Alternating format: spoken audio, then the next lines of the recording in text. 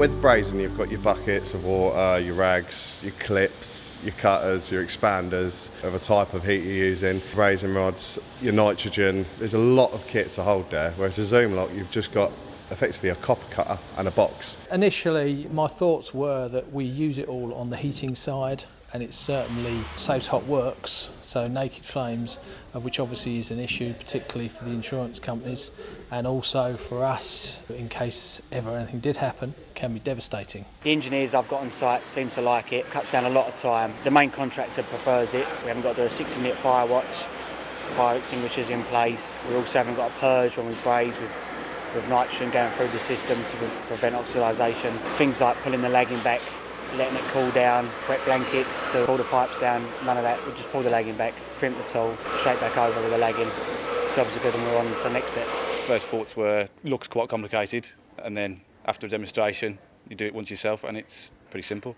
We've used Zoomlock on every phase so far. The reason that we've chose to use it is because a lot of the existing services have had to be kept in, so we're working next to live cables and data cables, so brazing's been a no-go. So without Zoomlock, this project would have been a lot more difficult.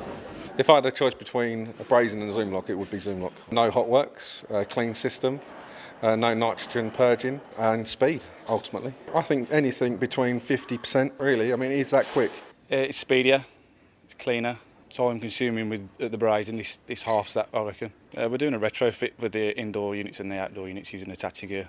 Using Zoomlock, you can work in working hours and contain the space without traipsing leads of settling hoses and all that kind of stuff around. Well, we had a 24-hour call centre in Ipswich that we installed a load of air conditioning, so there's people working there around the clock, so we wouldn't have been able to use oxyacetylene. This site we've got here, we've got a lot of cable tray where it's all on show. General pipework wise, I'd say we're looking at about a 30 to 40% saving on time, comfortably.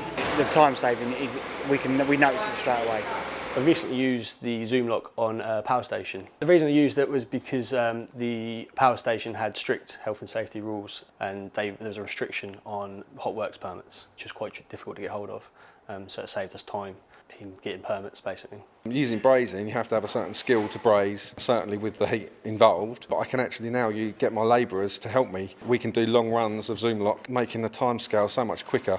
You know, over a month period, we could probably bring down the install time to 2 weeks. We've been using the Zoomlock for about 12 months now. About £1 million worth of turnover we've used the product on. We've not had any issues, any joints leak on pressure testing. We've not had any failures with crimping at all. But the thing that you're gaining with the Zoomlock is the speed. So you're doing more fittings per hour than you would be brazing, which is helping to eventually bring the cost down. I would recommend it. They're good, they're well priced, and it's quick, easy, and you don't have to worry about the fire problem. My fellow engineers that I've been working with over 10 years, we're all really pleased with Zoomlock and be happy with the way that we don't have to do hot works permits every day, and also just the speed involved, really, that's the most important thing.